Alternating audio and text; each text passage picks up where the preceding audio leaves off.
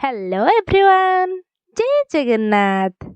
आज चलतु बनै नेबा मात्र 5 मिनिट भितर सुजी रे एक एमिति रेसिपी जहाँ को आमे खाली एमिति ब्रेकफास्ट रे खाई परिबा आउ डिनर रे रुटी पूरी परोटा रे आराम रे खाई परिबा।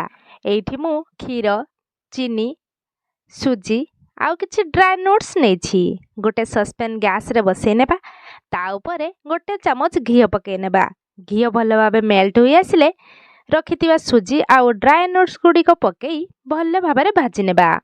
आपण चाहिले सुजी को अलग भाजी पारिबे आउ ड्राई नट्स गुड़िक अलग अलग भाजी पारिबे।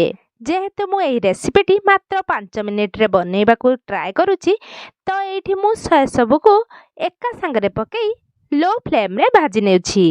सुजी हमर भल भाव भाजी आसिले अल्प किछि पानी देई भल भाव गोळे नेबा।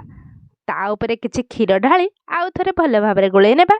एठी गोटे पिंच लूण पके नेबा आउ ता उपरे स्वाद अनुसार चीनी पके नेबा। मु 3 चामच चीनी नेछि, आपनको स्वाद अनुसार चीनी रो परिमाण कम बेसी करि परिबे।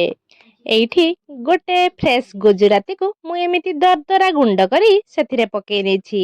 सुजी रे गुजराती गुंड पकेबा द्वारा सेथिरे गोटे भल बास्ना आसीबा सहित खाइला बेले बहुत सुंदर लागि थाए। भल भाबरे गोळे नेबा। आपण देखि पारथिबे सुजी गुड़िक फुटी फुटी तार दाना गुड़िक भल भावे खोली आसिलानी। एबे आमे गैस रो फ्लेम को ऑफ करि नेबा। एबे देखंतु हमर रेडी होई गेला मात्र 5 मिनिट रे सुजी रेसिपी। आपण को ए रेसिपीटी केमिति लागिला कमेंट रे निहाती जणैबे। आपण को ए रेसिपीटी पसंद आसले प्लीज मो चैनल को लाइक शेयर एंड सब्सक्राइब कर देबे।